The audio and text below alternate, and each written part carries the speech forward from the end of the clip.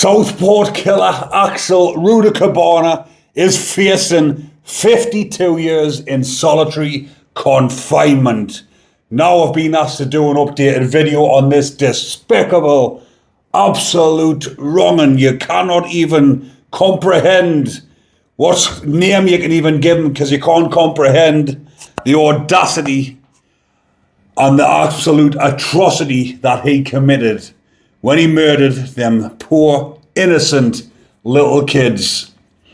Now, I was asked to do this video a couple of weeks ago because there was a load of fake news going around on social media. More so on Facebook. There was a lot of pages sharing it, saying Axel Rudakubana has been attacked inside a prison. The same ones that were sharing it saying Ian Huntley had had both of his eyes taken out. And I was inundated with messages, emails asking, please delve into this and do a video that he has been attacked. But unfortunately, he hadn't. He attacked prison officers whilst inside of HMP Belmarsh Segregation Unit. And the article that I'm reading that has just come out today, which is the 3rd of December, it is across a few different outlets talking about this, and somebody who was in the segregation unit with him has come on and said a few little bits. But I have heard that he did nearly get shitted up in the block inside of HMP Belmarsh because he isn't allowed out when the other prisoners are out. And there is other inmates down the segregation unit, and when I say shitted up, it's called potted and a few different things.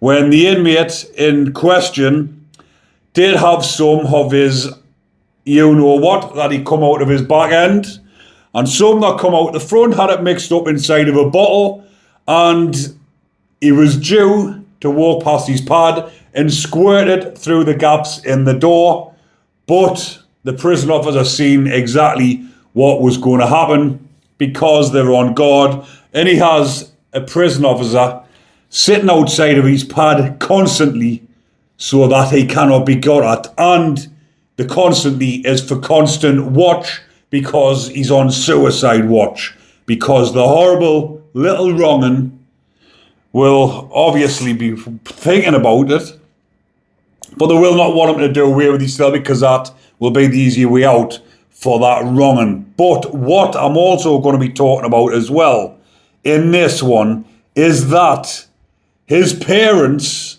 Merseyside police have said Rudakubana's parents could still face criminal charges after confirming they are assessing the testimony they gave to the public inquiry. So Alphonse Rudakubana admitted on oath that he and his wife knew their monster son had amassed an arsenal of knives and other weapons and was planning on carrying out an attack on his old school a week before he went on the rampage with a knife at a Taylor Swift themed dance class in July last year. But the couple who survived the genocide in their home country of Rwanda before being granted asylum in the UK failed to alert police or any other agency. So that, for me, brings criminal charges against them two for not notifying the authorities that their son, who also had an Al-Qaeda manual, was preparing to commit acts of terrorism.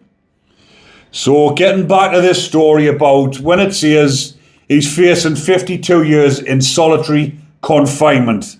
That is his minimum term life, with a recommendation of 52 years before he's eligible for parole.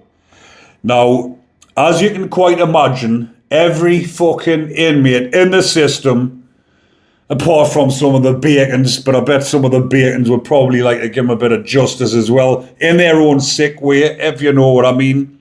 But he is the number one target throughout the UK prison system. Any amount of people are wanting to get their hands on this horrible, despicable person and act out prison justice. And that is the reason why he will be kept in solitary confinement for the foreseeable future, because there will never be a time when he will be safe to be released onto even the VP wings, because there's lads on the VP wings who have went down from normal location for drug debts and whatever else, snitching, grassing, who are down there, who will also, even though they're wronging themselves for getting themselves put down there, if they bump into him on the VP wing, you can imagine what is going to happen. So I'm going to read through this article a little bit. So it goes on to say, a former inmate who was in prison alongside him. The 19-year-old has already been segregated after he allegedly threw boiling water. There's no alleged. There's no alleged. He fucking done it. He threw boiling water on the screws inside a Belmarsh and got a good wrapping up and got a good fucking beating for it as well off the screws. Rightly so. It is understood that Rudakubana, who has been in jail for less than a year, has also been kept apart from other inmates due to fears for his safety.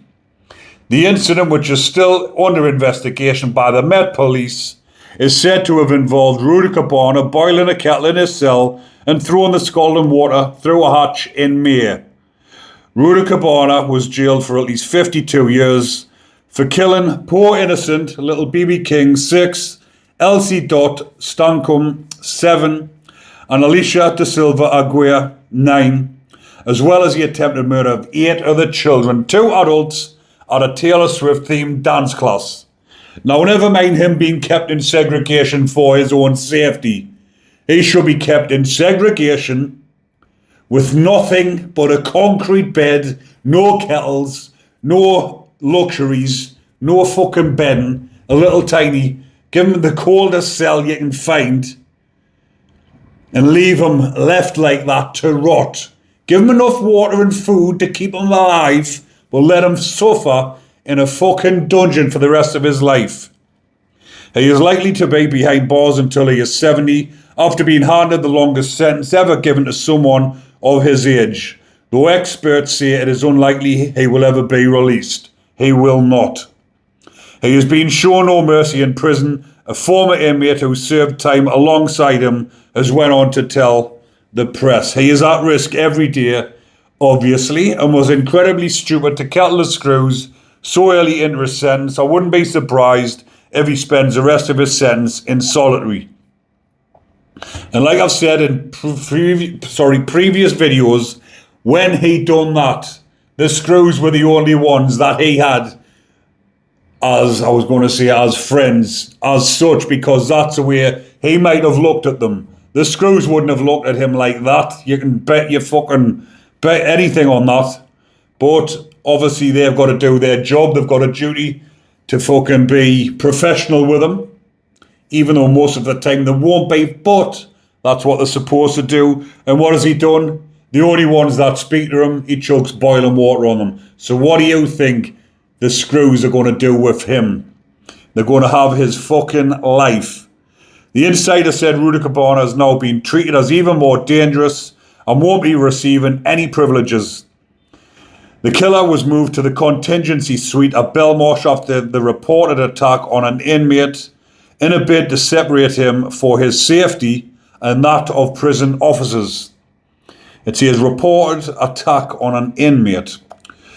On the officers, more like it. Rudakubana's former prison pal said that a guard sits outside the suite 24 hours a day and checks on the prisoner every 30 minutes, with the governor and officer having a key.